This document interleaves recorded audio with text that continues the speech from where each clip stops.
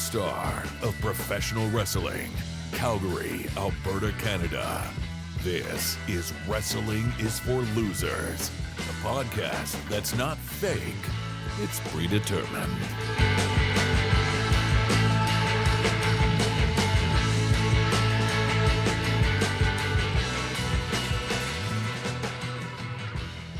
What's up, losers? It's me, Shoe Boots, and we are back for our 5th episode of Wrestling is for Losers, which is very exciting because I've read that a show needs to have 6 episodes before anyone will take you seriously. So we're 1 week to go, everybody. One more to go. Yeah. On tonight's show, AEW has a major announcement next week, and WWE has its main event for the Night of Champions. And of course, we continue our coverage of AEW Dynamite leading up to Double or Nothing. But first, let me introduce our co-hosts. First, you know him as the guy that doesn't know anything about wrestling that happened after Hulk Hogan because he hasn't watched it in 30 years until now. Coltrane, how you doing? Hey, Shoe Boots, yes. Hulk Hogan, the classic days, 30 years ago. Ultimate Warrior, completely getting gassed out. But, I mean, that man could shake some ropes. Yeah. I mean, he was fired up before that match. Yeah. I mean, come on. That was the entire Colombian economy of the 80s running through those ropes. Running through his veins into the ropes. Exactly. It was amazing. Very excited to be here. Looking forward to this show. It's going to be great. Awesome. And of course, we can't have a wrestling show without a WWE shill. And we've brought the best shill that money can buy. His face is looking a little red. I think it's the lighting, but he might just be an alcoholic. Tex, how you doing? It's Texas Crazy Horse. I might be just a little bit of alcoholic. I am actually doing pretty bad. Bought my Elite shirt the other day. It hasn't came in yet. I am dreading that day. My bank actually called me telling me was I sure this wasn't a fraud. Your bank. But it's coming. Hopefully, I never see it, but it's on its way. All right. Well, I've ordered a shirt from AEW before. It does take a long time to get here, but it's international for me, so hopefully you see yours quicker. I can't believe the WWE fan bought an AEW shirt. This is amazing. Because he said he would. What was the deal again? If Randy Orton wasn't the first champion. What an awful prediction that was. Well, there it is. Man of his word. Man of his word. I'm impressed, Tex. I'm impressed. I had him. I don't know why, but it was like that's the obvious choice. The Elite? Undermining the fact that he's injured, but who? Randy Orton. Oh, Randy Orton.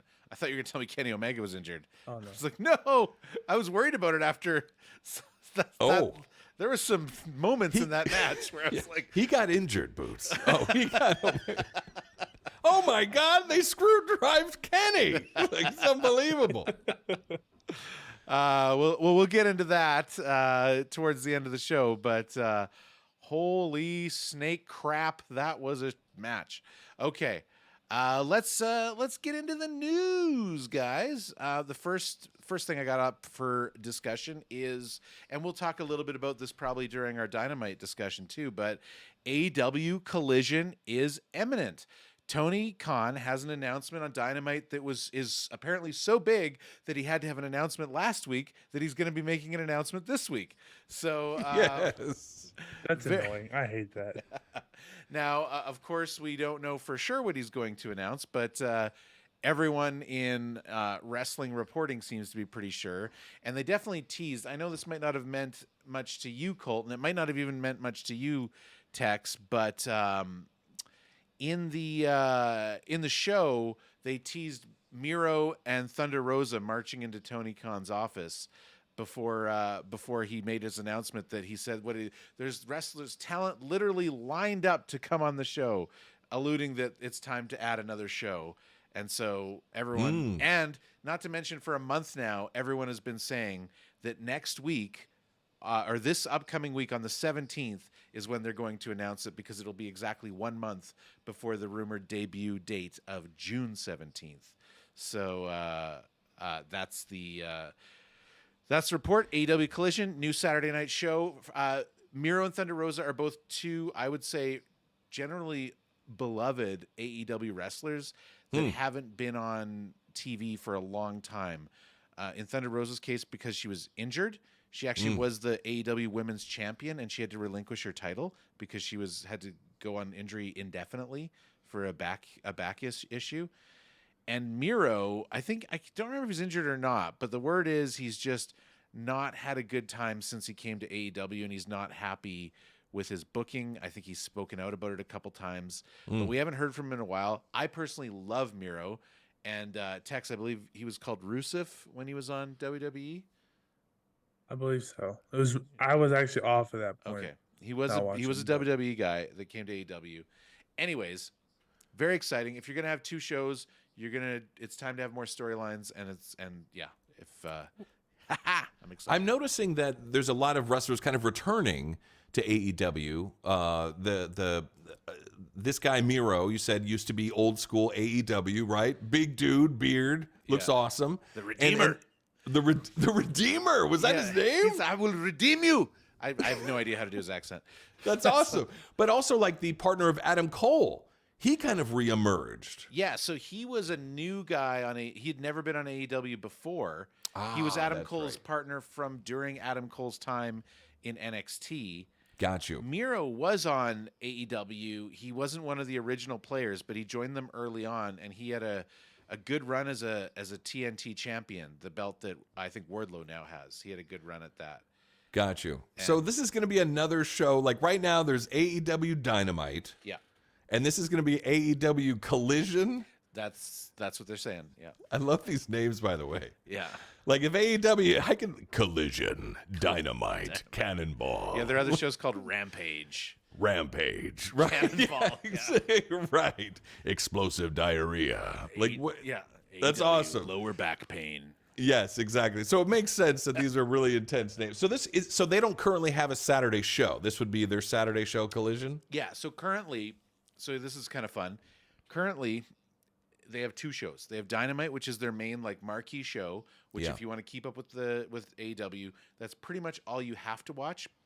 They also have a second show on Fridays called Rampage, which is only 1 hour long, and it's pretty rare that they move storylines forward on that show. But if they do, they will usually replay it on next week's Dynamite because they know that not a lot of people watch it. And it's not to say it's a bad show. It's not a filler show at all. There's actually some really amazing matches on Rampage with big names on a regular basis. Yeah. But people, it's 10 o'clock at night on a Friday. People just don't really watch it. Now, up until last week, they had two other shows that were exclusively on YouTube. They had AEW Dark and AEW Elevation. And these were to showcase younger talent and people that don't wrestle on TV very much, give them a chance to, stay ring ready and stuff like that. So they were kind of much lower stakes shows, and they didn't. I mean, they did well. They hundreds of thousands of people watched them on YouTube, right? But they weren't really considered part of the. They're just there if you want to watch them. Got you. So it's not like canon in the story or anything like that. Not really, and most of them are squash matches, right? It'll be oh, here's the guy, the AEW guy versus this local independent, and they're going to wrestle for a while, and of course the AEW guy is going to win. Yes. Now, let me ask you this, Tex. With WWE, so AEW currently has two kind of main shows, Dynamite and Rampage. Then they're adding this third one, Collision. And then what does WWE have? How many shows do they have? And is it a similar format where do they have a big marquee show and then a smaller show? How does WWE work? You're muted. That's embarrassing. They have, if I remember correctly, they have Raw and SmackDown as their main shows. They have two marquee shows, yeah. Once a month on Peacock, they'll have their pay-per-view or premium live event. And then they have main event, which is it's not recorded, I don't think. It's just the live shows. And they have one more other one. I don't remember the name. It's another thing that's an hour with no names on it. Yeah. Got you. And do they have any YouTube content or anything? Actually, if I remember correctly, they're the first or second most watched YouTube, but they're just clips. They're not actually full matches. Yeah. And interestingly, AEW, as of last week, canceled their YouTube shows, and it's believed because AEW has made a new deal with Warner Brothers Distribution. I totally forgot NXT. NXT. NXT's their feeder league. They're like B team, who will eventually become on Raw or SmackDown if everything goes right. Yeah. Thank you, chat. That's awesome. That's awesome. Okay, I cool. don't know So how I forgot that. that's for like what Boots was saying, where kind of they're younger wrestlers who are working their way up. NXT is WWE's version of that. But I would say this, and I'm not an NXT watcher, but my understanding is that NXT is not squash match. Like they run their own storylines, and you'll even find some pretty devout fans that say, you know what, NXT is actually the best of them all. Like there's some diehard NXT fans that love the story of NXT, and I think it's because they're allowed to be a little crazier on there because it's like their junior show. Most people say it's probably the best show. It's just the least popular of the big ones. I think at some point it would be fun for us to like do a bit of a dip into NXT and watch it and see what we think. But that'd be awesome. Like we're doing AEW right now. Well, because Boots won't let me watch WWE, so maybe he'll let me watch NXT. Maybe. You know what? I order you to watch WWE next week. Maybe one day Boots will let me watch WWE. No, I see what you're saying. It's like people like college basketball, but not NBA basketball. You know, some people have that preference. You know? Yeah. So yeah, but I mean, like to Tex's point, WWE has always at some point had a couple junior type shows floating around that are on like in the 90s they had Sunday Night Heat, which was kind of like a show that doesn't really matter, but you can watch it. They've had Main Event. They used to have a show 205 Live. I think they canceled that though. And I think it was for their kind of like lighter wrestlers, people that weigh 205 pounds or less were on that show. Were they throwing coffin drops? Probably not. It's WWE. Let's get real. They're probably. I'm talking about Darby because he's like yeah, he's tiny. He's the little guy. Yeah, but he's doing good, and I like him as a wrestler, and they had a little cool thing with him with Dynamite that I really enjoyed. But we'll get into that a little bit later. But good stuff. So the only reason I mentioned the whole like rumored TV deal is because they're going to announce, and Tony Khan essentially said they're not even going to announce it on Dynamite. Like Warner Brothers, I think, is announcing all sorts of shows coming up for what they're buying, and there's all these heavy rumors. You know, Warner Brothers Distribution, I think, is the new streaming service Max, right? Like all of their properties are Discovery and HBO and everyone are all folding into Max, which is spawning all these rumors that we might finally get AEW library on a streaming service. They might bring AEW to Max. If they are, then they'll probably announce it this week, which would be really cool. That's awesome. Yeah, so we'll see what happens. I am really hoping that they get a streaming deal because I got to tell you guys, every time I watch a lot, and I mean a lot, working on this show and trying to like up my wrestling knowledge, I watch a lot of wrestling pundits. I watch wrestling quote unquote journalists. Some of them deserve that title, some of them don't. I watch a lot of stuff, and everybody talks about the TV ratings. Oh, this is the TV rating. This is what AEW did. I am convinced that the majority of viewers are not even watching on TV. I think these numbers are completely meaningless, and I think AEW needs to get themselves a streaming service pronto so that they don't even like. I'm so sick of them being like, like they'll be like the number 4 show on cable with like 800,000 viewers, and everyone will be like, well, that's garbage, and it's like, well, what are you talking about? Like, right? Like, no, less and less people are watching on television. They're watching it on their phones, you know, or their iPads, or they're watching it on YouTube or any kind of like a streaming service. Yeah. That's what everybody's watching it on. You know what? A few episodes ago, I think I told you that we don't get the picture-in-picture up here. Right. My friend listened to that episode, a friend of mine, and he texted me. He's like, hey, I had to watch it live this week because of whatever reason. I just ended up watching it on cable, and we do get the picture-in-picture up here. You're wrong. And I said, oh, well, how did I not know that? And then we realized, like, no one that we've ever talked to in the last 4 years has ever watched a live episode on cable in Canada until now. Right. Exactly. Right. You know, like, I watch it on the TPS app, and I don't get picture-in-picture either, which ruined the main event, by the way. We'll get to that. And you know what's funny? I used to get picture-in-picture on the app, on the streaming, on Hulu, but not anymore. It stopped. It recently stopped. Now it just goes to black, and it comes right back. It could have to do with, I think, a lot of, like, so the way that they canceled the YouTube thing. Yeah. And, the streaming actually kind of changed recently here in Canada on the Canadian carrier. I think that they've signed a new deal that has changed a lot of the intricacies of the way that it works. And Interesting. And like, I wouldn't be surprised, like Hulu, they might be going away from Hulu because they might be going to Max, you know? Right. So who knows, but we'll see.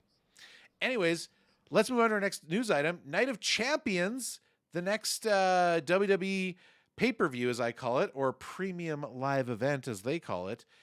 We've got our main event. It is going to be Seth freaking Rollins versus AJ Styles for the new World Heavyweight Championship. I have to go back to last week when we all made our predictions, and I wrote them down in pencil. In number 2 pencil. And I can't find it. It's gone. Don't know why I wrote it down. It's not here anymore. But I said Seth Rollins is going to win it from AJ Styles. I almost said Austin Theory, and then I stopped myself because I said Austin Theory is going to have to defend the U.S. Championship. It's going to be, and I said Seth Rollins with AJ Styles. I was exactly correct. You were. You remain undefeated. And I went with you, Shoe Boots. I don't even know these guys. I said, I got to go. It's going to be Seth Rollins because that's what Shoe Boots predicted. And he predicted AEW, this final four tag match, which was ridiculous. Yeah. I also made another prediction that I realized might be a little tainted because Tex accused me of cheating, but I promise you I didn't. We've speculated on how they might rob Cody of the championship, and I gave 2 possible examples of how it could happen, and one of them turned out to be more or less correct. But technically, it had aired before we recorded last week. Right. So Tex accused me of cheating. Fantastic. He cheated. He totally cheated. To which I respond, I am just dripping in accurate predictions. Why do I need to cheat on one? You got to remember, Shoe Boots is a writer. You know what I mean? It's perfect for this. It's perfect. Like, he should be a writer on these shows. Dude, I love my current job. There's very few jobs that would lead me away. Tony, call me. Yeah. Let's do this. I'll do whatever other crappy job that you need to do to put me on the payroll if I can just be in the room to pitch ideas. That would be the dream. Perfect. I need to stop thinking like, oh, this is the way they could curve it, and just start going with the simple, easy solution. Because we all said Seth Rollins was the clear, obvious one. That's why I was hoping he wasn't the guy. But since Triple H likes to do that, besides WrestleMania. And to be fair, like AJ Styles could still win, which would mean that I got it wrong. Yeah. But come on, it's not. I don't see it happening. I'll tell you something I didn't predict and never would have predicted because it's insane. The other main event of Night's Champion has been announced. It is going to be Roman Reigns and Solo Sikoa challenging Sami Zayn and Kevin Owens for the tag team championships. What? Yeah, I don't get this. It's insane. Now, there's some interesting stuff here. You might recall here's why this never would have occurred to me. Because to this date, Sami Zayn has never performed in Saudi Arabia because he is of Syrian descent and they want to murder him because of the blood in his veins. Thank you. And so KO, his real life, really good friend, in support of his friend, said, you know what? I'm also not going to go over there. And so they've never gone there. But I just read today, and I it's just on a random site, but I'm going to say that it's a good chance that it sounds legit, but let's wait. I'm just putting a disclaimer here in case this is BS. But I read today on some site that apparently he is going this year because apparently Saudi Arabia has resumed diplomatic relations with Syria, and they will now allow Sami Zayn to enter their country without arresting him or murdering him or whatever they would do. So, he's apparently going.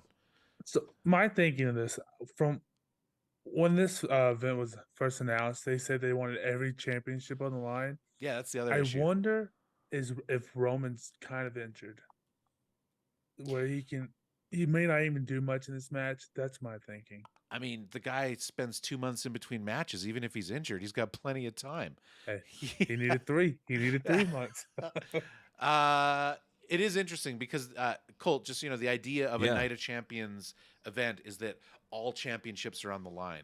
So if Oh. Roman Reigns is challenging for the tag team, is he not defending his undisputed Universal Championship? Oh, I see the dilemma. Right. I don't know. Right. Now it's possible that they're going to swerve it and that he's actually not going to have that match. Like here's one thought that I had, and I'll just throw this out here in case it happens so that I can brag about it. Yes. Here's here it one comes. thought I had is that the Usos, and it would have to happen quick because Night of Champions actually happens the night before Double or Nothing. It happens in 2 weeks. So the Usos challenge again for the tag team championships and win them from Sami and KO, which is bad booking, but let's say they do it. And then now Roman Reigns and Solo Sikoa have to fight the Usos, a bloodline versus bloodline match for the tag team championships in Saudi Arabia. When I was thinking that, I was trying to think of like, well, I was thinking that assuming that there's no way Sami Zayn goes to Saudi Arabia, and that was the idea I came up with. But so we'll see what happens. Yeah, You think it's possible, Tex? Is that crazy? There was a rumor that they would lose. Sammy would lose the belt because he couldn't go over there. But with him going over there, it doesn't make sense for them to. And if you were going to do that big of a match, that sounds more like a bigger event than this one. Previously, before last year, this event was more of a like a house card, which was it really normally isn't that big or means anything. They changed it last year, so I don't know what's going to happen. I don't understand why Roman's in the tag team title though. I know story-wise why, but I mean, if I'm being critical, I think it's just they're continuing to tell this Roman Reigns story at the expense of every other story in WWE. This is my main criticism of WWE right now, is that they've got a story that in my opinion should have ended a month ago, but they just keep sacrificing everything for this one story, and it bothers me. But we'll move now. We're gonna get into that at some point, but I do want to say this is my prediction. I'll put it down.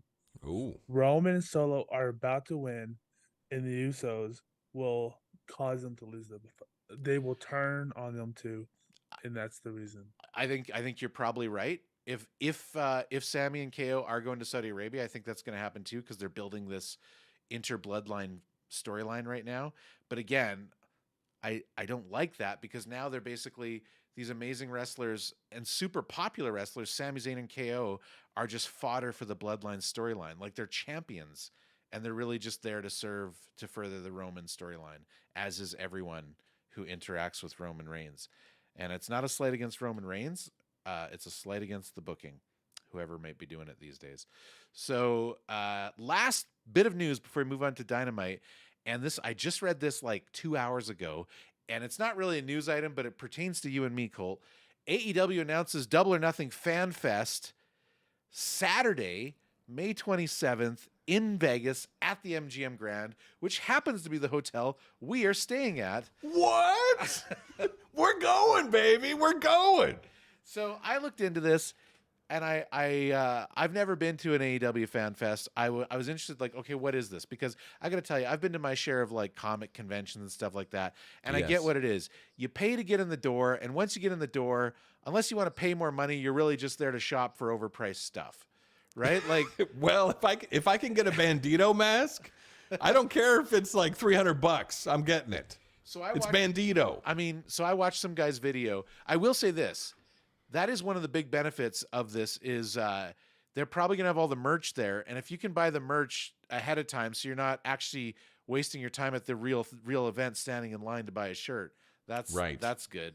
But it's $60 American. And what? Outrageous, right? Yeah. It's not one of Do they have the lineup? Like, I'm assuming they're going to have the wrestlers there, right? And you're going to get in, you're going to get an autograph or take a photo, like, your photo. So I watched some guy's video who went to the thing last year to try and get a sense of what it was. And basically, you pay to get in, and there's all these booths, and there's cool stuff. And the guy whose video I saw, he was a toy collector. So he was very much, most of his video was about all the collectible toys there. But yeah, they have booths with all sorts of stuff. They had, you can pose, you can get your picture taken, and they'll print you an Upper Deck AEW wrestler card for yourself. I'm sure they'll charge you for it. They had a guy, you could cut a promo. They had a camera there and like a Fight TV interviewer guy, and you could cut a promo. And then they had a bunch of panels, like where the wrestlers were there on panels talking, much like a comic convention. And then, yes, there was meet and greets, but they were all extra charge. So they didn't discuss how much it was, but I'm going to guess it's probably in the neighborhood of like $50 to $100, depending on the wrestler, and maybe even more for some of the really A-list people. And That's kind of crazy. You wait in line, and you get to. It's a meet and greet, right? They'll probably sign something for you, right? And then you move on. And you're like, "What's up, Cassidy? Freshly squeezed? What's going on?" Right? Yeah. You know, probably get your picture with them, right? Or not. Maybe that's extra. Like right. we have. So here in Calgary, every city has their knockoff of Comic-Con, and we're no exception. It's called the Calgary Expo here, which I've went to a number of times, and they bring in some pretty cool people every year. It might be the cast of Star Trek, it might be Star Wars people, whatever. They've even brought in wrestlers before. I met Ted DiBiase at one of them once. Really? But, that's awesome. But I only met him because anyone you wanted to meet, you had to pay, and you had to pay to meet them, and you had to pay extra to take your picture with them.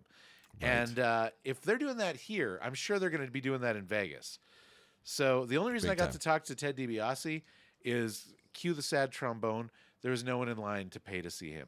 And so I went up and started chatting with him. Oh, that's nice, Ian Boots. And he was nice. Awesome. He talked to me. So right.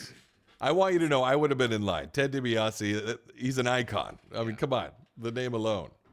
So I've been to I think 6 or 7 UFC ones like this. And they have never made me pay. It's always been free because they're working for the company. So it's weird that even though they're AEW wrestlers, that you have to pay for those. So that's kind of a thumbs down on that. Yeah, well, I don't know what to tell you. I think $60. So Colt, we're gonna have to decide if we want to go to this. I'm down, but we're gonna get hosed, right? Like right, and right. Right, and you do want to have Chipotle. You said there's no Chipotle in Canada. So there's no Chipotle, and my friends who you're going to meet, I have a couple friends visiting.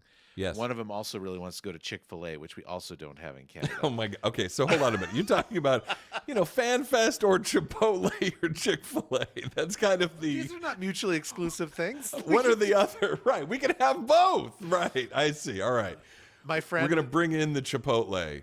My friend was like, I want to go to Chick-fil-A. And I said, okay, well, there's probably one around there somewhere. And then she texted me a screenshot of a map showing directions from the MGM Grand to the nearest Chick-fil-A, which is in the casino next door. It's in the that's amazing. Planet Hollywood. Listen, man, the spicy chicken deluxe. I'm telling you, woo-wee. It's good. It's good. I'm telling you. Raising Cane's. I would. You guys talk a lot about that. I've never had that. So good. So good. Cane's. And then my other friend is vegan, so she found a vegan place she wants to go to. So it's gonna be like, all right. It's called Raising Lames. Am I right? Am I right? No. Big props to vegan. We all should be vegan. They seem much healthier. I told her I'll have a cocktail there. Excellent. Excellent. Is Jungle Boy going to be there? So no details so far at the vegan place, or at the vegan place. Yes, that would make the most sense. Correct. At the fest. There's no details given. They just announced it this afternoon, as far as I know. So there's no lineup or anything. I don't know if they'll add one, but the video that I saw from last year's one, like it looked like they were all there. Like everybody was there for at least some form. So. That's awesome. We'll have to think about it, Boots. That could be fun. But it's like from like 10 in the morning till 6 at night. So I don't think we need to go for 8 hours. That is so long. It's a long time. Yeah. Yeah. What? If you leave, can you come back? I have no idea. We need to know that. Did you hear about Jungle Boy being kind of an asshole at these events? I haven't heard that, but I don't know. Well, you got some tea? If you go, I need some reporting. Have you heard this, Tex? If you got some Texas tea? Texas tea? I hear he's an asshole and he's very nice to the fans. He really doesn't even care about it. If you pay for my meet and greet with Jungle Boy, I will report to you exactly what happens. He'll have a live camera going. He'll have like one of those like if mics they allow it, I will. Right. It might be like, turn off your phone. You're in the presence. Tell me how much Jungle it Boy. is, and I'll Venmo you. It's $800. Right. I need a picture proof. Yeah, I don't know if I would. I've never sprung. It just seems kind of weird to me to pay to meet somebody. I've never sprung on for that Yes, before. it But is. Well, so crazy. Chad is saying that Jungle Boy grew up around Fame, and they had a little backstory for Jungle Boy, and in the backstory, he had a wrestling ring in his backyard. That's That was- expensive. Who has Yeah. that? Jungle Boy has that. I'm telling you, that I seems a little. I saw Darby's house too, and he had the billiard and all that equipment everywhere. I was like, Dad, I wish Yeah. I would have had that growing up. Yeah. Well, my dad, when I was a kid, built us a half pipe in our backyard, and then we never used it. Wait a minute. They're saying Jungle Boy is Luke Perry's kid? Yeah, I told you that. Yeah. Oh, that's right. Jungle Boy Jack Perry is the son of the late great Luke Perry. That's right. Now it all makes sense. Yeah. Okay.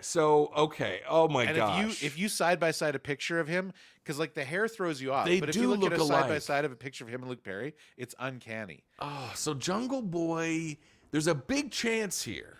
Little silver spoon, right? Little silver spoon in the mouth. He grew up around Fame. He never had to want for anything. So where's the hunger? Where's the hunger? Right? Everything was given to him. He was Luke Perry's kid. All right? His dad was an icon. Yeah. Bren. I mean, Bren. Not that I ever watched 90210. I may have once or twice or 3,000 times. Luke Perry's greatest role is The Fifth Element. That's all I'm going to say. That's right. The opening of The Fifth Element. That's true. The first 10 minutes of the film. Yeah. You're absolutely right. That is one of the greatest films of all time, by the so- way. Fifth Element. So I'm in the camp of I'm game, but I know I'm going to get hosed for this. So I'm not going to force you to waste your money. But I'm guessing we're going to pay $60 to get in and just look at stuff that we can buy. And then we got to pay more if we want to do anything else. So I would do it for the experience, man. That's you kinda only where live I'm at. once. That's You kinda only where I'm live at. once, right? And my other thinking is, well, if we're not doing that, there's a good chance we're in a casino losing a lot more than $60. So Exactly. Right. It might be safer. Right. To get a mask signed by Bandito. That's really my goal. yeah. Than be in a casino losing it all. right. Yes. So we'll think about that. Maybe we'll report next week because next week I think is our last show before the big event. Insane, man. So- insane. Yeah. All right. Well, that's the news. I think it's time to talk about the May 10th episode of AEW Dynamite. Now, tonight's episode, I know I said it last week, and I don't want to wear the phrase out, but good effing Lord, this episode was a banger.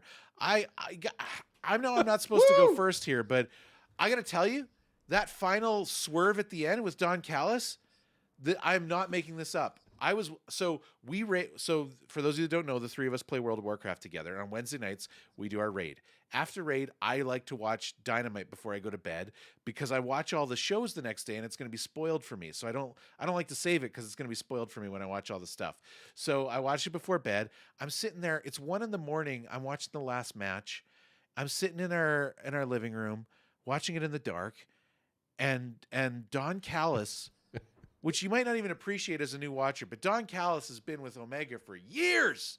And Don Callis swerves and attacks Kenny Omega.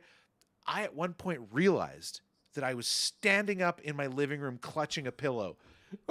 Oh, my God. Clutching a pillow. Yeah, I was like, That's awesome. Right. and I don't even remember the act of standing. It just happened. Right. And where were your pants? Like, everything happened all at once. It's crazy. Which leg? Right. So that was a major moment. That was a major betrayal. Just to give you some context, Kenny Omega, in my opinion, is the greatest AEW champion to date. He held the title for almost a year in one of the greatest heel runs that I've ever witnessed in my life. He was glorious, and Don Callis was his manager during that time. And what a great name for a heel manager, Don Callis. And he looks like a schmuck, and it's just great. And He does.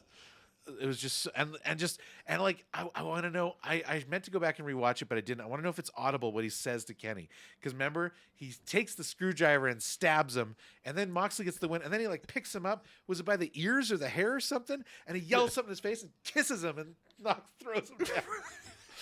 And then roll credits. Go to commercial. Go to commercial. So yeah, that I didn't even mean to talk about that yet, but this episode they pulled out all the stops. Now there's a few reasons why this might be. I've heard some whisperings that all the shows, WWE included, were pulling out a lot of stops this week because heavy competition from the NBA playoffs. The ratings, but I don't know. People are saying that. I don't know. But I personally think the reason that they pulled out all the stops is because they're trying to get a lot of attention on their product right now because they're about to make a major announcement. They're about to announce Collision, and they're probably, if I was a betting man, which I am, I'm going to Vegas, I would bet that they're going to confirm CM Punk's return this week. So stay tuned for CM Punk news next week. And well, we've been talking about him every single week. Yeah. You know, like the lead up. So hopefully he finally appears. it'd be nice to get a payoff. Yes, exactly. And well, what you said too about pulling out all the stops, they had a steel cage match. Huge. Yeah. Pay-per-view quality match. They gave it a lot of time too. It's like a 20-minute match. Right. And these two have fought. I was going to say, we were talking about this pre-show. You told me to save it. The match that solidified me as a true fan of AEW, when I realized that, and this goes out to Alucard's Fairy in the chat, the match that made me realize that my decades-long unconditional loyalty to WWE was a fallacy, was the main event of Full Gear, I want to say 2019, and it was a lights-out match. If you haven't heard of a lights-out match, Coltrane, it means that before the match, they turn the lights out and they turn it back on to signify that AEW does not condone this match and it will not be considered as part of their official win-loss record. Oh. And it was a lights-out match between Kenny Omega and Jon Moxley. And if you get a chance to watch this match, this match blew my effing mind off, and so to see them go at it again, and I'm just gonna gush a little bit longer. It was the same two people, and this same match. This is something that AEW does, and I think there's gonna be. I'm gonna talk about this like a positive, but I think there's some people that would consider this a negative. AEW is not big on building a long program between two wrestlers. They will build a program between two wrestlers. They will build up to it, and then it'll happen, and then it'll be done. And they might wrestle again, but it'll probably be part of a new program down the road. It's very rare that they do a rematch. Whereas WWE, they actually like to do rematches. They like to have a program where, we're in the middle of one right now, right? Brock Lesnar just lost to Cody Rhodes. They're going to fight again. And if they're being predictable, Brock will probably win. And then they'll have to do the trilogy, right? The rubber match, which I would guess will be at Money in the Bank or SummerSlam. So, but who knows if they'll do that. And I've heard people say that that's the better way to go. I've definitely heard Jim Cornette say that that's the better business way to go. My hero. But I like... Who's Jim Cornette? Jim Cornette is a very controversial podcaster who talks wrestling. He was a manager in WWF. He might know from back in the day. Yeah, he used to come out with a tennis racket. He was a manager. I don't know if you remember him. I don't know. I'll have to look. Maybe if I saw a picture of him. He's kind of made a name for himself in recent years as a very, very controversial figure in wrestling because he talks a lot of smack about a lot of things. And I would say that generally his bias is very anti-AEW. And a lot of people really despise him, but then there's another group of people that really love him. I find him entertaining. I generally think that I disagree with a lot of what he has to say, but I find him entertaining, so I tend to watch clips of him. Yeah, like the chat's like, that's putting it lightly, right? So exactly. I would like to, once we get done with this initial program of building up to Double or Nothing, we'll figure out what we do next. But I would definitely like to do a point where we kind of dip into some of the figures like Jim Cornette, Brian Alvarez, like some of the figures, the pundits, so to speak, of wrestling. Yes. That might be fun to do for a couple weeks. But that'd be awesome. Yeah. So anyways, love Kenny Omega, and to me, this is why Kenny Omega is the greatest wrestler working today, because he can go and do a best of 7 high flying series with the Lucha Brothers, with Death Triangle and the Elite, and just go crazy, go flying all over the place, and then he can do like a gritty, hard hitting, blood everywhere, glass in your back match. Yeah. Who else had this experience? Whenever the barbed wire comes out, the first thing that enters my head is like, is it real? Is it real barbed wire? And so it comes out, and you're like, and he hits, is it real? And he hits John Moxley like, is that real? And then all of a sudden you see the blood coming out. Oh, it's real. It's real. Like, that's real. Yeah. When he like stomped, so there was a chair. For those that didn't see it, there was a chair. So they thought AEW was like, well, we have a chair. Let's wrap it in barbed wire. You know what I mean? Like completely wrapped up. And he slams it on his back, and then he stomps on the chair on the barbed wire and drags his foot with the barbed wire across his back. And then just like Shubu says, all of a sudden, beep, beep, beep, beep, beep, beep, all these things of blood just start plop on his back. And you're like, oh my gosh, that's real. And like that is legit. And you know what's always funny about those moments in wrestling when it's real is that the movies condition us to expect it to be instantaneous, right? Where you expect like... And it doesn't happen. But in real life, it takes a couple seconds for it to start coming. So you have that moment of like, oh, it's not real. Oh. That is real. Yeah. Right. Like that was insane. And what you described is exactly how I went through it. Was like, is that real? And then literally was like, oh my God. Because that was unbelievable, man. Like that was straight up. And then the glass, so then they, of course, why not spread some broken glass on the ring, right? And then body slam your opponent into the glass, which then caused it to stick into their back. And it was insane. And I think the glass was actually a callback to their other match that I was talking about. Really? There was glass involved in that. I can't remember if it was the actual match or the build up to the match, but one of them was thrown through a glass coffee table. Oh my gosh, right. Now, Tex, I'm curious because in WWE, there's no blood, right? There's no more blood in WWE, right? There's been a lot lately, but there's not supposed to be. Yeah. Right. Well, there's not intentional blood, right? There's Brock Lesnar's getting his face, smashed into a turnbuckle on purpose. But my question is, how did that feel for you as a viewer? Were you freaked out, or was it like, yeah, more carnage? Like, what was running through your head as you were watching that? I liked it. I don't mind it when you don't see it every week. It's when every person on the card's bleeding, and then it's like, okay, it's too much. But when it's once in every while, it builds the excitement. It builds the I can't think of the word for it, but it makes it exciting. When there is blood, or when you see moments like that, it really raises the match a lot. Yeah, and what do you think, Boots? Are you used to seeing it? Does this happen all the time on AEW? I don't know if I'd say it happens all the time. In my opinion, and again, I'm an AEW mark, so take this for what it is. But in my opinion, AEW strikes the right balance. There will be some. This is a hardcore match, right? This is nothing new to wrestling.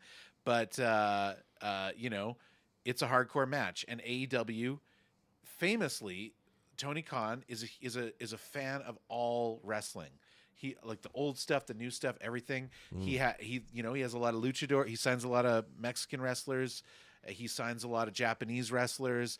He's a fan of it all, and it all includes the hardcore thing. And I think they hit a really good balance that these matches do happen on AEW. They don't happen every week. They probably happen, if you include the pay-per-views, you're probably going to see a hardcore match maybe 3 or 4 times a year. Maybe more. Maybe I'm not remembering it accurately, but certainly not. It's infrequent enough that it's exciting when it happens. At least to me it is. Yes. As an WWE guy, somehow we're trained in the head to think, oh, that's what happens at AEW all the time. It's trash wrestling because all the fights are like that, which I can say from watching the last few weeks, it's not really the case. Right.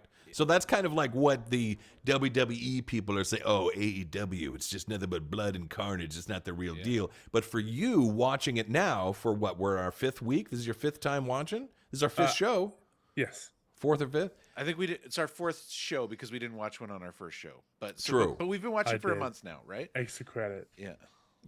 Yes, Oh, yeah. exactly. That's true. But you are realizing that's not actually true, that these are few and far between. Yeah. Right, which is it was a nice surprise. Like, oh, okay, it's not just cussing and Barbed wire in the back. barbed That's a nice wires surprise. everywhere. Barbed wire, exactly. That's a real. Well, it was a steel cage match. When you get a steel cage match from someone that used to watch 30 years ago, where there was blood 30 years ago on WWF, when it was a steel cage match, like you said, I knew this was going to be hardcore carnage. There was probably going to be blood. There's going to be some hardcore stuff happening. So my question is, in WWE, if there's no blood, do they still have steel cage matches in WWE? Yes. Okay, Still does. but then if then doesn't that take away the hardcoreness if there's no blood and carnage and craziness if they're never really getting hurt? Well, I mean, I'm so- sure they're still getting hurt, but you know what I mean. So correct me if I'm wrong, Tex, but I believe WWE's cage rules are different than AEW. The rules of a WWE cage match are that you win by either a pinfall submission or escaping the cage. Yes, So- I'm glad you brought that. I was about to Oh. ask that. AEW does not have that. The cage is simply there to remove outside interference. And so it's just that you're trapped with each other and no one can get away and no one can interfere. So watching the match, when Moxley goes through the cage, I was like, oh, he won. And I was like, why is it still going? Yeah, I think that's a WWE specific rule. And but WWE has a special WWE specific match, which they consider their ultimate match, called Hell in a Cell, which is like a enclosed cage match. It's a little different because the Hell in a Cell cage actually has space on the side too, so that you can kind of go on the side of the ring and stuff like that. So in WWE, that's kind of considered the ultimate match to settle an ultimate feud. We're going to have a Hell in a Cell match. Right. In fact, I'm having flashbacks like 30 years ago of people on top of the cage and they were about to escape and the person underneath would like be climbing up and like pull them down or keep them from escaping or that kind of thing. Right. I think I like that rule. I like having to get over and climb over to win. I don't like the doors. I think the doors kind of lame because in WWE you can just go through the door, which is ridiculous. Yeah. But I like the fact when you have to climb over. I think that's a good little way to win the match. It's exciting because a lot of times someone will get up there, they'll either fall over for some reason or they'll have that, wait, I should jump on him instead. And you have those cool moments. Yeah. And they're like 40 feet up or something, like they're way up there, it's insane. Yeah, no, like especially in the Attitude Era, Hell in a Cell matches. I mean, one of the most famous matches of all time is Mankind versus Undertaker Hell in a Cell, where the one where Mankind ruptured his spleen before the match even began officially.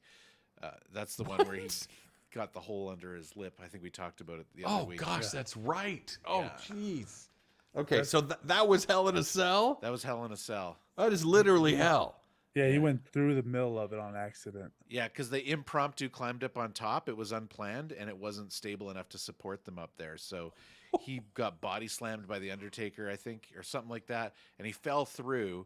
And I read his autobiography, and he said it wasn't the fall that actually cut his lip open, is that there was a chair up there, because one of them had thrown a chair up there, and when he fell through, the chair fell after him and landed and hit him in the teeth over top of his lip, which cut a hole.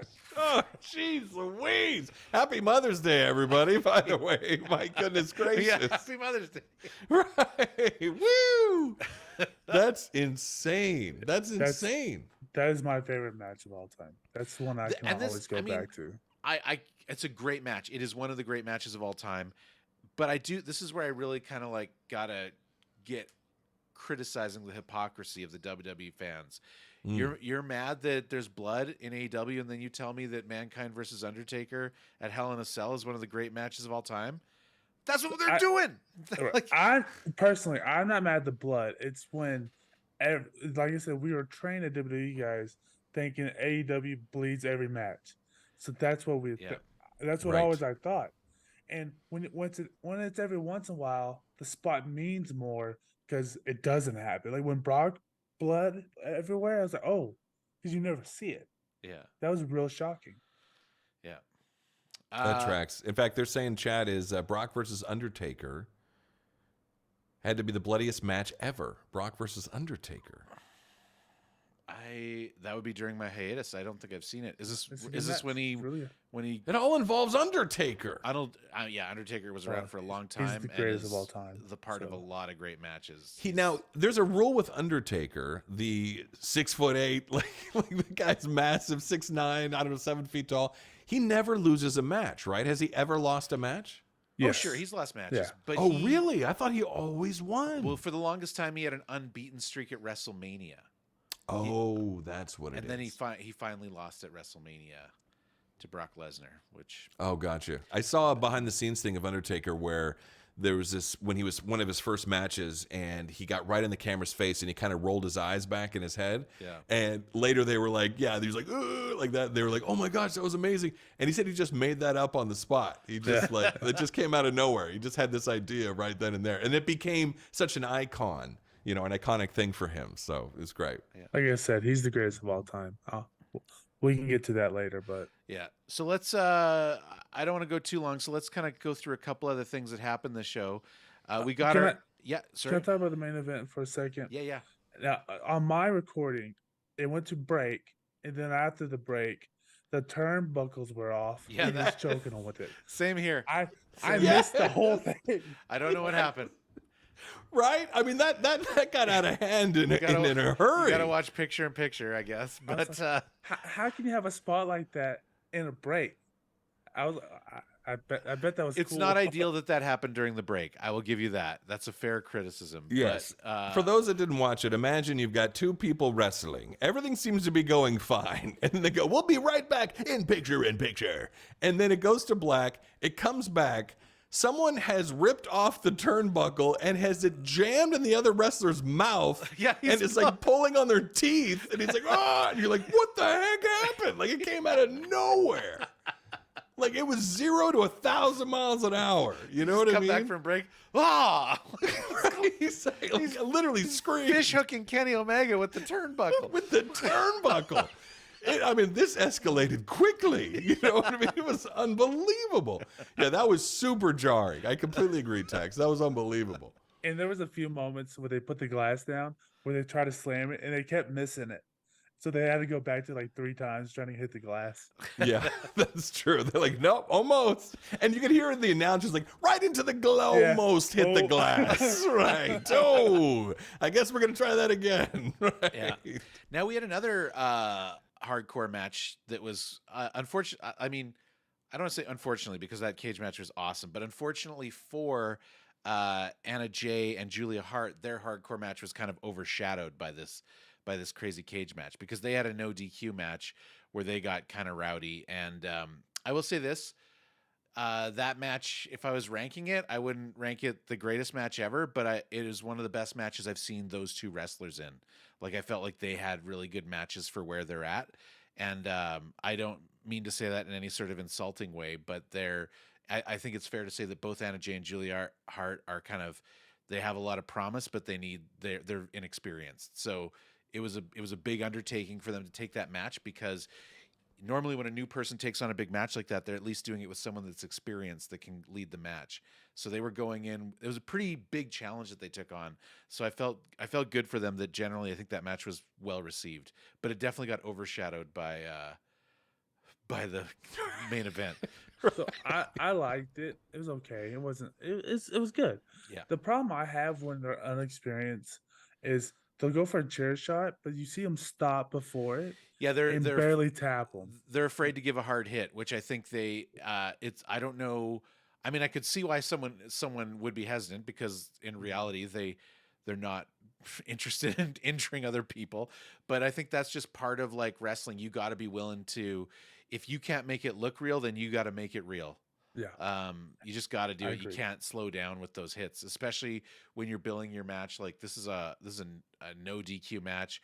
We're throwing a trash can on you. That move was pretty brutal. The trash can, I can't even remember. Was it Julia Hart that was in the trash? I felt like she got injured. I don't know if she was just like acting it out as part of the match or if she legit got injured, but if she did get legit injured, kudos to her for finishing the match because she just kept going, even though she was like limping the whole time through. No. Right. Is and kind of Julia fighting through. Is Julia Hart part of the Hart family? No, she's not. You gotta change that name. WWE would make her change the name, but AEW does not make you change your name. So It's a mistake. I disagree. I think it's Julia Hart's mistake to say I'm going to be a wrestler and use the HART name and not be part of the Hart family. Or it could give her cred because I also assumed she was a member of the Hart family as an outside observer. Yeah. Which automatically elevated her in my eyes. Like, oh, she's one of the Harts. Yeah. Oh, good point in the chat. Jimmy Hart, one of the great managers of all time, was not a member of the Hart family. Yeah, I don't know. If I was Julia Hart's friend, however many years ago when she decided she was going to get into wrestling, I would have said, I wouldn't use that last name. Right. I got to tell you there, at some point, Boots, I got to talk to you about AEW and them not enforcing scripts, not using, making people change their names, not, like I have some slight issues here and there with AEW versus WWE, but I know we're a little late in the show, so we can save this for the next one if you want. No, let's do it. Let's do it. What are you thinking? So if AEW wins, we all win. If WWE wins, we all win, right? All of us want the same thing. We want wrestling to be watched by millions and millions of people, all four quadrants of people, right? We want it to be as accepted and everyone to enjoy it. It's a show, right? Wrestling at its core is a show. That's what you're doing. You're selling a show. Yeah. Now, one thing you had said to me at the beginning of this about AEW that you'd admired is that AEW does not have a script for the wrestlers, right? Which is why you're saying Jungle Boy. They'll give them kind of an idea of what they want said, right? Yeah, and let me just to make this clear, just in case, just to make sure that we're clear. AEW is booked, like it's booked. Tony Khan has storylines like this is going to happen. Don Callis is going to betray Kenny Omega. Like that stuff is booked, and it's not. It's approved by the guy in charge. It's not just the wrestlers designing their own story. So it's booked. But how they get there, like the WWE is known to like actually script the lines of the promo, whereas AEW it's like you're going to cut a promo, you've got 2 minutes, we want you to talk about how you're going to kick Sammy Guevara's ass. Or whatever, right? So I think AEW not coming up with a script is a massive mistake. I think it's a huge mistake. And I understand, and you can give me that look all you want, Boots. Whatever, all right? Hollywood. I'm telling you, listen, if AEW succeeds, we all succeed, right? And we want AEW to succeed just as much as WWE, right? They both succeed. But here's the thing. When Jungle Boy was talking, he doesn't give the greatest promos. You even said right now he's not that great on the mic. Yeah. Right? When Kenny Omega did the promo last show, Texas, like, I hated that. I thought it wasn't great. And I agree. I didn't think it was that great. He was wrong. Yeah, it wasn't that great. Kenny's great. If you script it out, you've said to me, like, well, he's still working on it. Like, and it's good. He got some mic time. He's working on it. No. This is the show. You need to be 100%. You're not working on anything because this is the first time a viewer could be watching your show, like me. That very first episode I saw, they had Jungle Boy, they had Darby, they had the Spanish God out there, and their three talking back and forth I thought was just awful. I think it was, I understand they're working on it, but it wasn't great. It wasn't engaging, and it completely turned me off from AEW. I was like, what is this? Now, WWE has scripted events, right? They have scripts that they want their wrestlers to follow. There's a reason. AEW is giving 110% in every single way. Their marketing is amazing. The music, the fire shows, the storylines, everything is fantastic. They need to have scripts for these wrestlers. They need to change their names. They need to make these wrestlers be as four quadrant, as acceptable to everybody, as amazing as they can be for everyone, because then AEW just wins. I understand that they brought in like luchadors and stuff like that, which is fantastic. But some of these guys, they got to not be luchadors. I don't think that they're going to become massive stars if they have the mask on. I think they need to take the mask off. They gotta become that big, huge, star that they could become. So I understand that they want to. Well, we're going to respect the wrestlers. We're going to keep their same names. We're going to let them. We're just going to tell them kind of what they need to say, and they can just come up with it and make it up. I think that sounds great in promise and for them, but I think it needs to be scripted because you want to make the best show possible. I'm totally ranting here, but you know what I'm saying? This is beautiful. Well, I'm Keep just going. saying that WWE, they've got it down to a science. It's a polished brand. And that's why there's so many thousands upon thousands of people that watch it. And if AEW, they bring polish to everything. But if they just bring polish to the wrestlers and to the script that they're saying, I think it would give a much broader, bigger appeal and bring AEW to the forefront. Just my thoughts. Beautiful. Beautiful. Fair. I mean, I think that the strongest argument against what you're saying is to see how awful WWE's writing actually is. But but still, they say it with confidence. You don't see them fumbling their words or trying to come up with stuff, right? No, I don't. Although there are funny moments when they do forget their lines, and they usually make clips. But sure. I mean, I'm not going to sit here and say you're wrong. Like, I think you're probably right that if AEW wanted to be that promotion, that they could do that. They could require that of their wrestlers, and they could script their lines and tell them what their characters are. They could change their names into names that AEW owns to make sure that they do whatever. They could do all those things.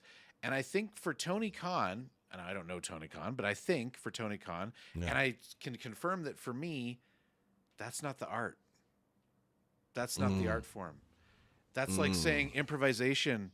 Man, I went to this improv show, but you know what would have been great if they scripted it, because there were some of those sketches were not very good. So if they would have scripted it, that would have been way better. But that's not what improv is. Right? Okay, but what's more successful, Saturday Night Live or some improv show down the street? Well, that's the thing. Saturday Night Live absolutely is much more successful. Right. See what I'm saying? That's scripted. But what are you after? Are you after the? Is this all about the money? Maybe it is. No. I'm after is I want to get as many people excited about AEW as possible. As many people to be as fired up about AEW as they are about WWE. And how do we get there? Because AEW has phenomenal wrestlers, phenomenal production, phenomenal. The only kind of weakness is sometimes on this microphone stuff. Yeah. Now, what I will say about that is like. What you're describing, and the example of the 4 Pillars promo opening the show a few weeks ago. Yes. I agree that was not good. But for me, that's a booking mistake. The mistake was that they shouldn't have booked, and it also is an interesting moment for AEW. It's kind of a weird time that we started this in the sense that if I'm thinking big picture, what's happening here? These are some young wrestlers that a lot of people would argue have no business being in the main event. They're not ready. So why are they in the main event? Well, I think it's because they're about to launch a new show and they need to elevate more wrestlers to the main event. And so it's kind of a ready or not, here I come kind of thing. Right. And I think that in what we've watched so far, that particular show was not a great showing. But I also think it was a mistake to open a show with these 4 wrestlers, with any 4 wrestlers cutting a promo. You open a show with a killer match, and that gets the crowd excited, in my opinion. Well, let me argue one thing. I think you can have these 4 pillars, 4 wrestlers talking, but if it was scripted, if they knew what they were going to say, if they were speaking with confidence, if they had their catchphrases, right? Their signature moves, or like The Rock had all those great catchphrases. There's so many catchphrases in WWE. I think if they had those moments, I think you can start with 4 wrestlers going at each other vocally, but they need to have that written. Everything is so polished on AEW. I mean, think about that, man. If Jungle Boy had his catchphrase and so had his catchphrase, just like The Rock and everybody else, Yeah. Tex, what do you think? Now, I want to hear Tex talk about how beautiful, wonderful, amazing I am. Please, Tex, speak all you want. I want to hear all about this, how I'm right and Shoe Boots is wrong. Yes. You're looking good right now, Colt. Excellent. Everything you say is 100% right. Partly. I do Wait, think, what? I do think It's scripted partly promos. 100% right. Yes. Excellent. So I think on a scale, you got scripted promos would be better for AEW to a point.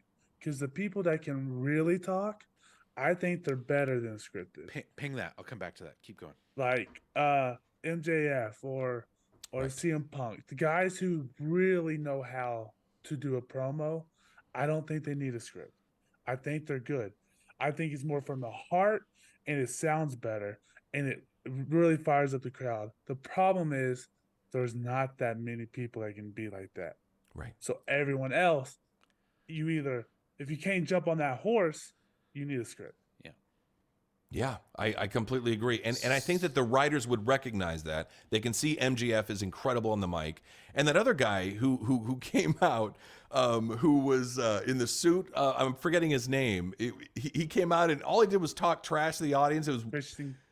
Yeah, Cage. Yeah. He's great on the Christian mic. Cage, yeah. Yeah, I thought he was fantastic. So the writers can recognize that, but those that need help, that need more presence, need a script, and everybody wins. Everybody wins. So here's why I disagree with that, because you're basically saying that everyone needs a script except for the guys that don't need a script. These guys are great. They don't need a script. These guys, they're not so great. They need a script. Let me ask you, these guys that need a script, how do they get so great that they don't need a script?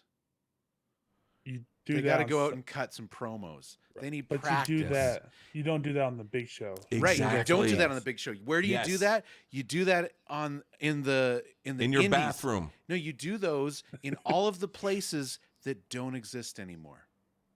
You do it in all of the promotions that were the backbone of WWF in the 80s and early 90s. The network, the circuit of independent wrestling leagues that all had their own little television show on local cable.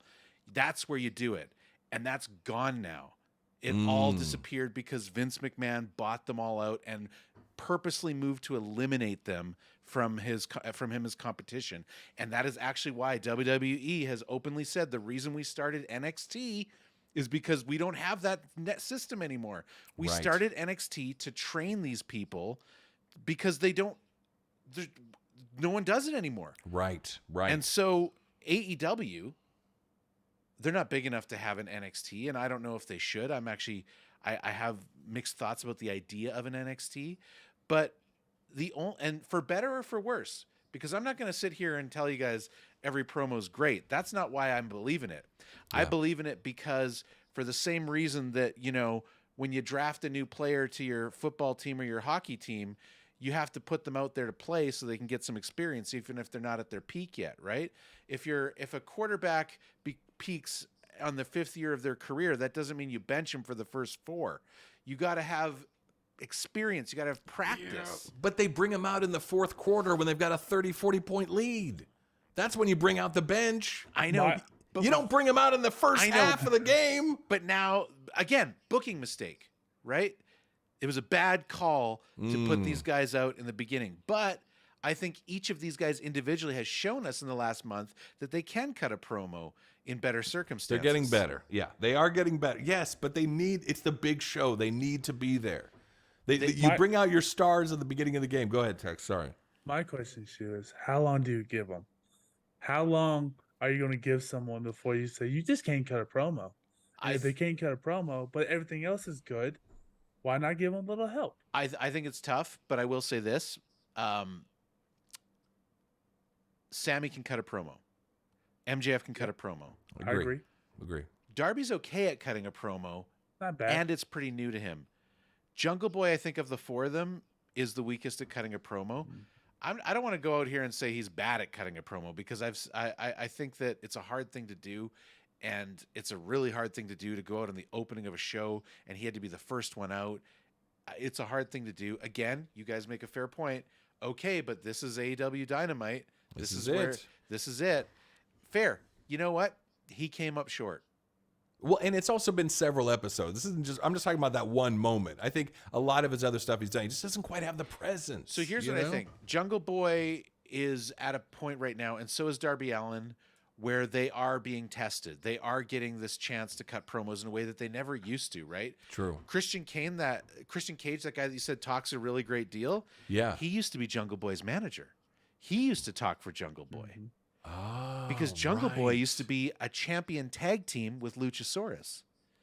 And then they What? had yeah, Luchasaurus and Jungle Boy were a tag team for years called Jurassic Express. Oh my gosh, that name's awesome. All right, awesome. And then there was an awesome like holy crap moment when they turned on him.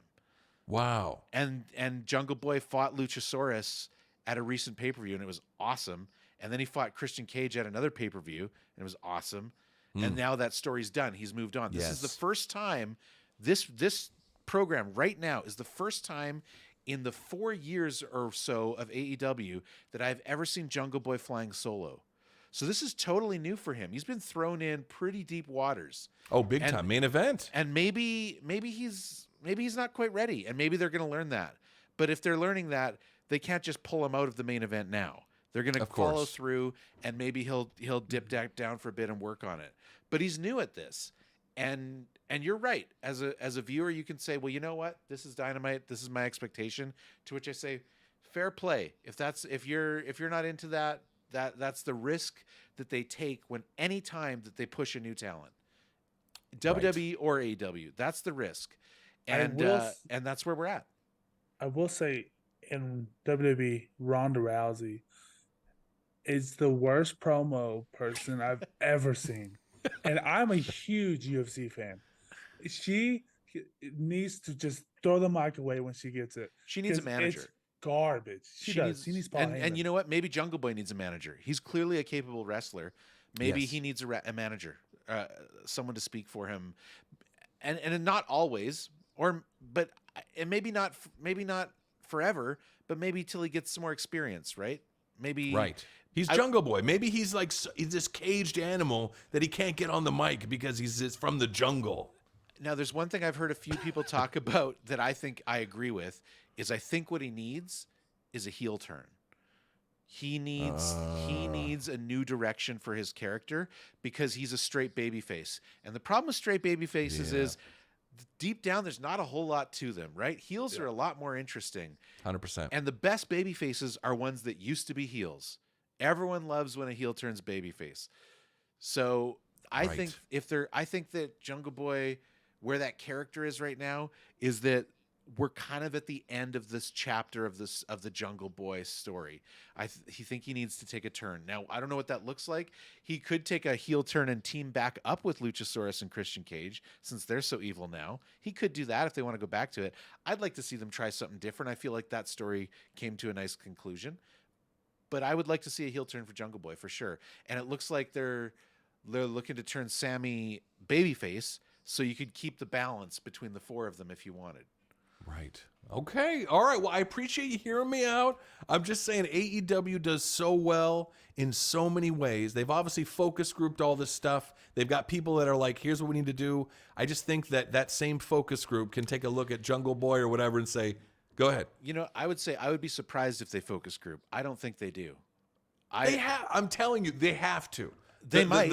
But it would surprise me. I think that AEW is in this unique position that it is owned solely by a very rich family that lets their son do whatever he wants with it. And he happens to be a massive hardcore wrestling fan, Right. living his dream of running his own wrestling league. And he does what he wants, and he's doing a great job. And he is beholden. He's beholden to no one, and his passion is for old school wrestling. And frankly, wrestling, as far as I know, has never, ever in the history of wrestling, in the 100+ years history of wrestling, has never been scripted until the last 15 years of WWE. Hulk Hogan was not scripted. Stone Cold Right. Steve Austin was not scripted. The Rock was not scripted. This is a new thing that's come up as WWE has matured into this much more. I mean, I don't think it's a coincidence that this happens after WWE goes public and becomes accountable to shareholders. Right. But also, too, nowadays, media is consumed in these little 1 minute, 2 minute clips, these little bites. and you need to have these little catchphrases and these little things that can be made into little clips and all that kind of stuff. But I see what you're saying, and he's done a phenomenal job with AEW. He really has. I'm just saying, I think all I want is more eyes on AEW. I want more stars like MJF and all this stuff that are known across the world. And I'm thinking, how can we get there with AEW? Here's one possible way. I see what you're saying, and I don't think I don't disagree with your idea of how that would improve it. I just disagree with that in terms of what the art form is and how you build. And I think that I for me, and I'm speaking as a very hardcore fan, for me, part of my love, like I even today I mentioned, like I wanted to talk about that Anna Jay Julia Hart match because I've been watching these two that kind of came into AEW before they were ready for the same reason that we were just talking about, because there is no lower system anymore. And unfortunately, one of the unfortunate things that happens to a lot of female wrestlers is they get propelled much higher than they probably should be, way sooner than they should be, because there's not enough talent out there. Right. And it sucks because you look at them and you say, like, you're good, you've got the potential, you probably should have spent a couple more years before you came on television, but there's no one for them to hire, so they hired you, and you're not dumb enough to say no, right? So here you are. Yes. And it's unfortunate because now you're in this awful sink or swim position that unfortunately is happening because you're a woman. And it's not fair, but it is what it is. So it's nice to see a match like that where these they didn't have the match of the night, but they had a good match for them. And for me as a fan, that has value. That made me really interested in that match. And I think AEW's market, the vast majority of the AEW fans are much more like me than like a WWE fan. That they do nerd out and they do cheer a lot. I mean, you'll hear it all the time. They do a lot of cheers of really niche things. Right. And they're the hardcore fan. And AEW, I think, would love to someday be a legitimate challenger to WWE for all the eyes. But I think my guess is that Tony Khan would never want to do it on the terms of doing what WWE does. Well, I'll tell you, I think that they're right there making a huge challenge to WWE with the amount of tickets they sold for the London event. This last match was in Detroit, Michigan. You saw those crowd shots. That crowd was amazing, by the way. We talked about it earlier. Remember how the lights came up? The lights were really bright? They were. Crowd, right? Yes, it was great. It was great. And from someone on the outside, I've only ever heard WWE and AEW. Those are the two I've only ever heard as an outside observer. So I think AEW's doing a phenomenal job. And I see what you're saying. I totally get what you're saying. And I think it's going to be a difference in taste. And it'll be really fun to after we finish this Double or Nothing, which is coming up just a couple more weeks.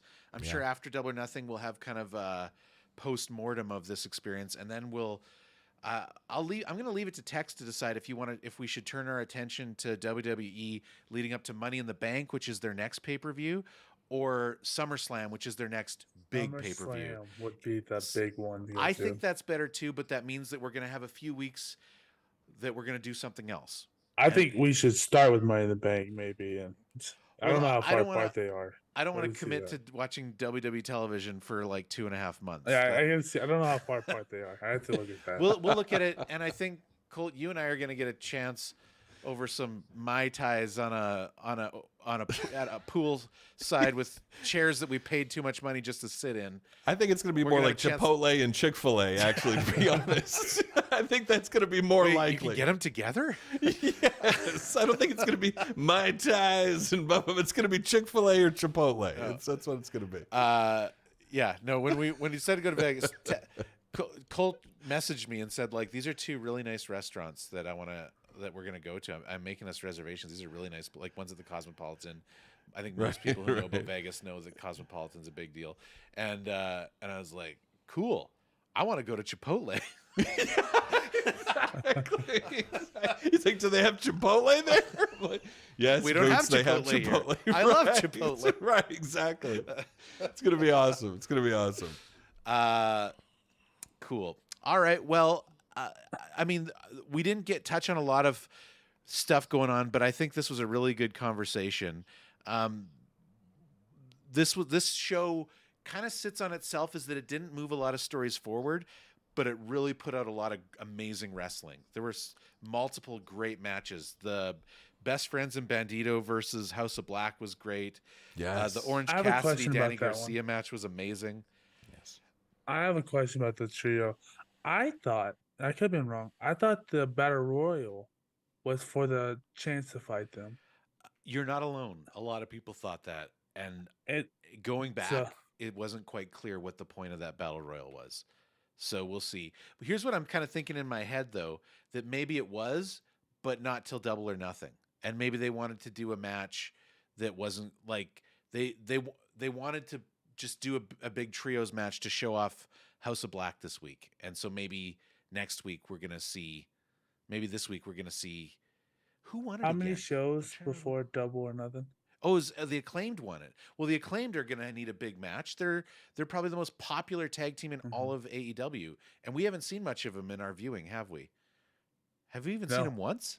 They might be on a bit of a. So they were the champions for a while, and then they lost the belts recently. But they are often cited as the biggest money makers for merchandise in all of AEW. The Acclaimed and Daddy Is that their acclaim? Is that their Yeah, they're the Acclaimed and Daddy Ass. That's their. what?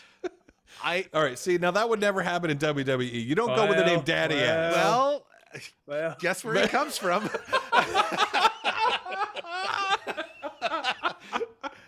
You know what? Right, I've been waiting for us to get an Acclaimed match because I'm excited to tell you the long path of Billy Gunn's naming conventions, how it landed finally on Daddy Ass, and how it all makes sense if you go back 20 years. But we got to wait for an Acclaimed match. Excellent. Jeez Louise. Unbelievable. I will Daddy Ass. say the House of Black, I really like their look. I think that's a cool team. I they were think, awesome. and I've never been a big, there's always going to be the supernatural, like Undertaker and Bray Wyatt and Malachi Black, who was Aleister Black in WWE.